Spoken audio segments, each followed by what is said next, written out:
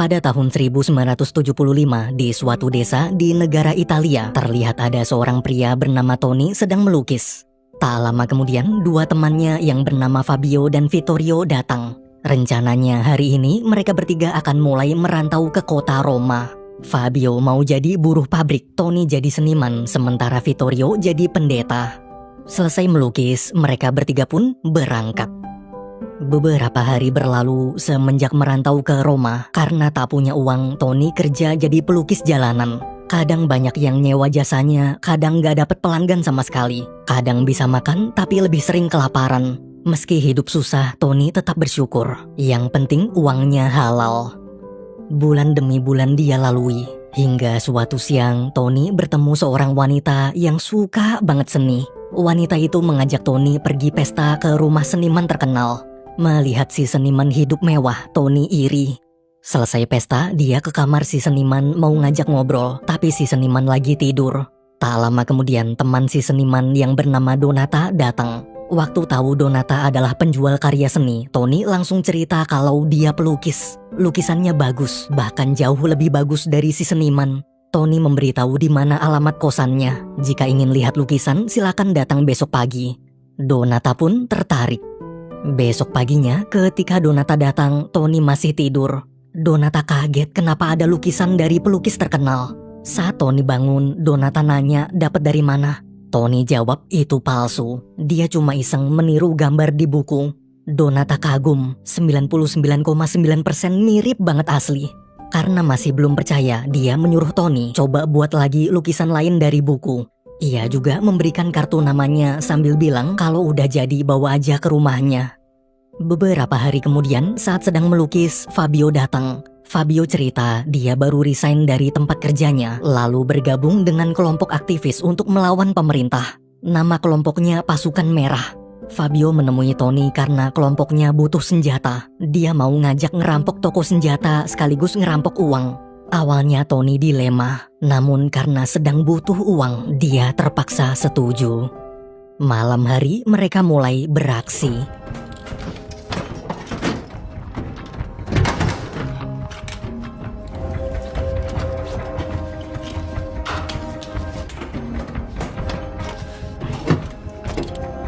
Tony ketahuan penjaga. Fabio menolong tapi kena tembak. Setelah berhasil melumpuhkan penjaga, mereka bergegas kabur lalu pergi menemui Vittorio di gereja untuk mengobati luka tembak tadi.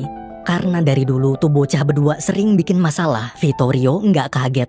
Selesai diobati, Vittorio menceramahi dua sahabatnya biar tobat, istighfar. Bukannya dengerin, Fabio malah ketawa. Tony juga ngajak Vittorio temenin dia main ke rumah cewek besok pagi. Vittorio pun makin istighfar. Besoknya, Tony dan Vittorio naik mobil ke rumah Donata. Ketika sampai, Donata cuma fokus mengamati lukisan Tony. Karena nggak mau ganggu, Vittorio pamit pergi duluan. Donata lalu memberikan 300.000 lira ke Tony. Nanti kalau lukisan laku, dia tambahin lagi uangnya. Tony sangat senang, dia belum pernah dapat uang sebanyak ini. Ternyata daripada uang halal, uang haram lebih mudah. Untuk merayakan, dia ngajak Donata ke klub nanti malam.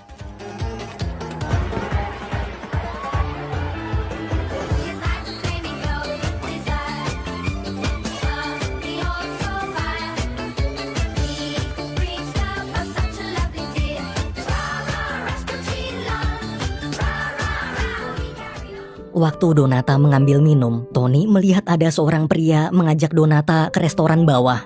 Tony pun mengikuti. Di restoran bawah, ternyata Donata lagi duduk bareng gangster. Dia lalu memberitahu Tony kalau si ketua gangster yang bernama Balbo adalah temannya. Selain menjual karya seni, Donata juga penadah emas curian. Setelah kenalan dan asik ngobrol, Tony iseng menunjukkan selembar cek palsu senilai 3 juta lira. Sambil bilang tak hanya jago memalsukan lukisan, dia juga jago memalsukan tanda tangan orang. Mendengar itu, Balbo tertarik. Besoknya Balbo main ke kosan Tony mau lihat lukisan. Tony menawarkan dia bisa kerja apa aja, ngerampok juga bisa. Jika tertarik dengan kemampuannya, dia bersedia kerja di geng Balbo, asalkan kasih studio baru untuk melukis. Tanpa pikir panjang, Balbo langsung setuju. Beberapa hari kemudian, Tony ke rumah Donata. Donata memberikan uang hasil penjualan lukisan. Waktu tahu harga lukisan palsunya, Tony kaget. Jika begini terus, dia bisa jadi sultan kaya raya. Bulan demi bulan berlalu, terlihat Tony sudah punya studio lukis baru. Sesekali Balbo minta bantuannya untuk memalsukan dokumen. Kehidupan kini telah berubah. Tony, si orang desa miskin itu, sekarang sudah bisa beli rumah dan menikah dengan Donata. Namun tanpa dia sadari, sebenarnya dunia gelap penuh dosa itu adalah dunia yang sangat mengerikan. Manusia yang hidup dari uang haram tak akan pernah bisa hidup tenang. Suatu malam di bar, Tony ketemu Balbo. Balbo memperkenalkan seorang hitman atau pembunbun bayaran yang mau memalsukan paspor. Tony lalu ngajak si hitman ke studionya. Saat ngobrol, awalnya hitman cuek, tapi pas tahu Tony suka klub bola Inter Milan, hitman seneng terus bilang mulai sekarang kita temenan. Beberapa hari kemudian, waktu Tony lagi naik mobil bareng geng Balbo, dia mendengar berita dari radio yang mengabarkan kalau pemimpin partai pemerintah bernama Aldo diculik aktivis pasukan merah. Tony kaget, itu kan kelompoknya Fabio.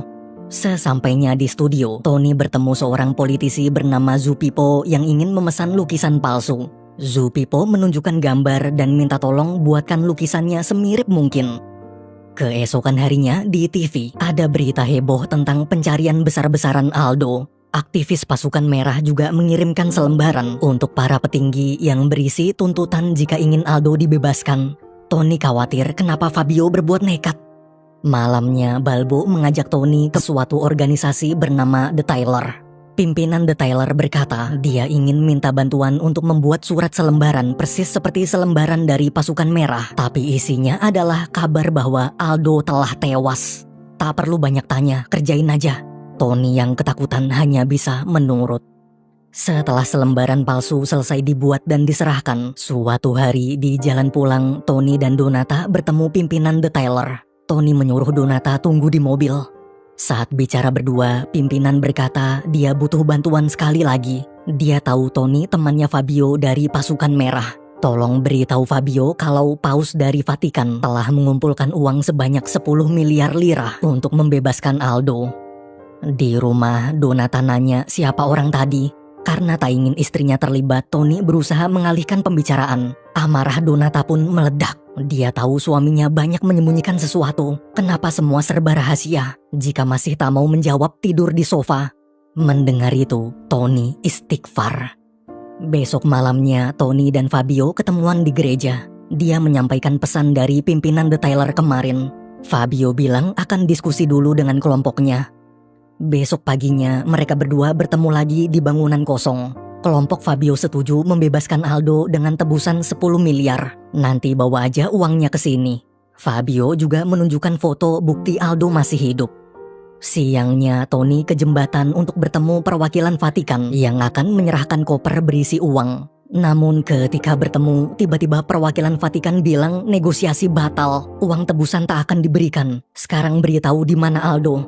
Dari kejauhan, organisasi The Tyler sedang mengawasi. Karena sadar ada yang tak beres, Tony menghubungi Vittorio dan menyuruh beritahu Fabio negosiasi batal. Cepat kabur.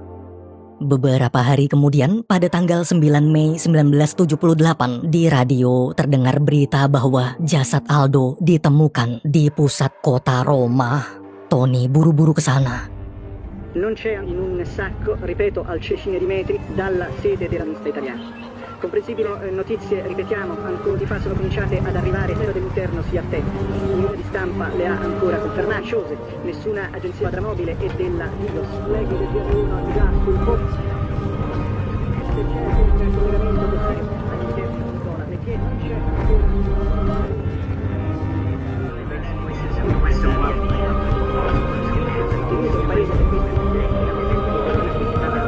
purtroppo nella storia Keesokan siangnya, waktu Tony dan Balbo main biliar, Balbo cerita sebenarnya The Tyler itu organisasi jahat. Dulu mereka pernah minta bantuan dan berjanji akan membebaskan teman Balbo dari penjara. Tapi setelah dibantu, temannya nggak pernah dibebasin sampai sekarang. Balbo bilang Tony beruntung. Seandainya negosiasi kemarin berhasil, mungkin Tony akan dikejar dan dihabisi, lalu uangnya diambil lagi. Dia nggak tahu apa tujuan mereka. Tapi yang pasti dari awal, The Tyler tak pernah berniat ingin membebaskan Aldo. Malamnya sepulang ke rumah, Tony melihat Donata lagi masukin baju-bajunya ke koper. Donata udah muak, banyak hal yang suaminya sembunyikan. Dia tak dianggap istri. Tony juga udah nggak pernah buat satu lukisan lagi untuk dia jual. Keputusan Donata sudah bulat, dia mau minggat.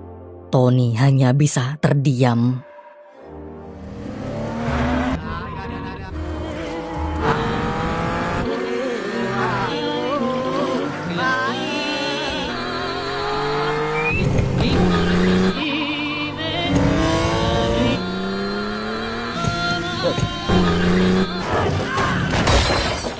Balbo tewas kecelakaan. Siangnya Tony melayat. Ia tahu ini pasti ulah The Tyler. Dari kejauhan terlihat The Tyler juga hadir. Dengan emosi, Tony langsung membentak si pimpinan. Pimpinan hanya santai sambil bilang kalau ini peringatan agar tetap patuh. Jangan berani-berani melawan. Jika ingin bebas, Tony harus mencari catatan rahasia milik Aldo. Tony yang muak lalu pergi dari sana. Malam hari, ketika Tony sedang teleponan, ada orang asing diam-diam masuk ke rumahnya.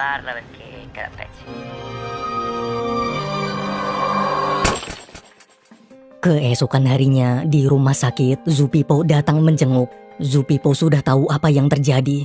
Dia cerita dulu dia pernah ditipu puluhan juta lira sama temennya yang punya jabatan lebih tinggi di pemerintahan. Karena sadar posisi, dia memutuskan untuk diam tak memperpanjang masalah. Zupipo harap Tony jangan terlalu nekat. Di dunia gelap yang penuh politik kotor ini, kita memang bisa dapat banyak uang haram, tapi juga harus sadar batasan kita. 5 bulan berlalu, Tony dapat telepon dari Vittorio yang mengabarkan kalau sekarang Fabio sedang ada di gereja. Tony pun segera ke sana. Setelah lama tak bertemu, akhirnya mereka bertiga bisa berkumpul lagi. Karena Fabio buronan, dia minta tolong Tony untuk membuatkannya paspor palsu. Mendengar itu, Tony bersedia membantu asalkan Fabio memberikannya catatan rahasia milik Aldo. Fabio setuju. Sebagai teman yang baik, Vittorio juga mau membantu. Kemarin dia beli mobil baru. Kalau mau, Fabio bisa ambil mobil lamanya. Tapi Fabio nolak, soalnya mobil lama Vittorio mirip rongsokan. Vittorio pun istighfar. Malamnya untuk mengenang masa kecil, mereka bertiga main bola.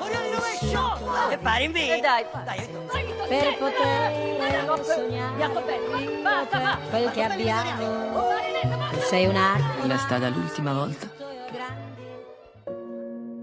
Keesokan harinya, Tony ke rumah Donata untuk minta maaf. Ia mohon berikan kesempatan. Di tengah obrolan, Tony tak sengaja menyentuh perut Donata. Seketika dia sadar jika istrinya sedang hamil. Tony sangat bahagia. Dia lalu menyentuh perut Donata dengan lembut. Melihat sikap suaminya, Donata luluh. Setelah paspor jadi, Tony menemui Fabio. Sesuai kesepakatan, Fabio memberikan catatan Aldo. Karena tahu mereka tak akan bisa bertemu lagi, dua sahabat itu pun berpelukan, saling menyemangati. Namun keesokan harinya, sebelum Fabio sempat pergi, polisi mengepung tempat persembunyiannya. Mi pare tutto un po' assurdo. Di un atomo di verità. Si è levata sin qui. Sensibilmente l'orti giunge in comprensione. Fabio tewas. Siangnya, Tony minta tolong Vittorio menyembunyikan catatan Aldo. Jaga baik-baik, jangan sampai ketahuan siapapun. Bila suatu saat nanti dia tewas, tolong berikan catatan itu ke Donata. Vittorio berjanji. Keesokan harinya, Tony menemui Zupipo lalu memberitahu kalau dia berhasil melacak di mana tempat penyimpanan uang Zupipo yang dulu dicuri. Jika mau, dia dan gengnya akan merampok uang itu, asalkan nanti dibagi rata. Setelah uang dibagikan, dia bersama istrinya akan pergi meninggalkan Italia selamanya. Zupipo pun setuju. Malamnya, Tony dan gengnya beraksi. Brigate Rosse. O in anticipo.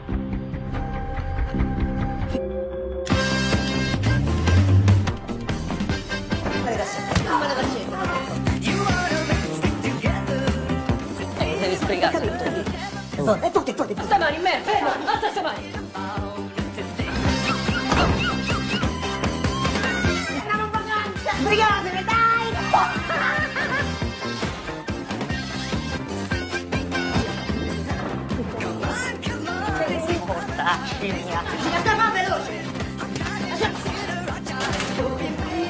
Setelah berhasil mengambil semua uangnya, Tony memfoto para penjaga yang sudah diikat di depan spanduk pasukan merah agar polisi mengira perampokan ini ulah pasukan merah. Keesokan malamnya terlihat Vittorio sedang mengukur baju. Mendadak pimpinan detailer datang. Tanpa basa-basi, pimpinan berkata dia punya bukti korupsi uang gereja yang Vittorio lakukan sampai bisa beli mobil baru. Vittorio sangat ketakutan. Pimpinan memberitahu bila tak ingin dilaporkan, maka tunjukkan di mana Tony menyembunyikan catatan rahasia Aldo.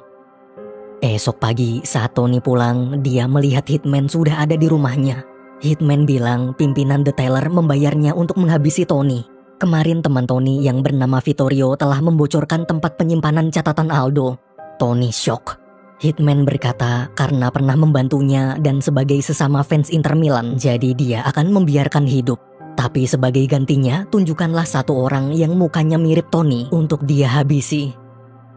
Malam hari, ketika Vittorio sedang ke restoran, pelayan memberikan surat dari Tony. Tony menulis, dia tak menyangka sahabatnya dari kecil tega berkhianat. Dia kecewa, sangat kecewa.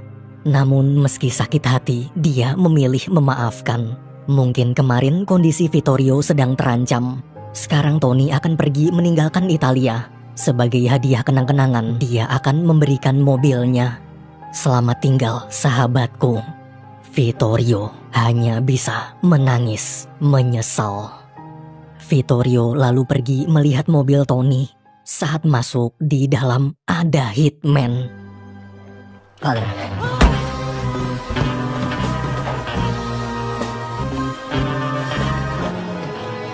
Vittorio tewas. Di sisi lain terlihat Tony dan Donata sedang naik taksi. Wajah Tony pucat penuh trauma. Donata berusaha menenangkan suaminya. Tony berkata, sekarang semua telah berakhir. Sebentar lagi kita akan meninggalkan dunia gelap yang mengerikan ini. Film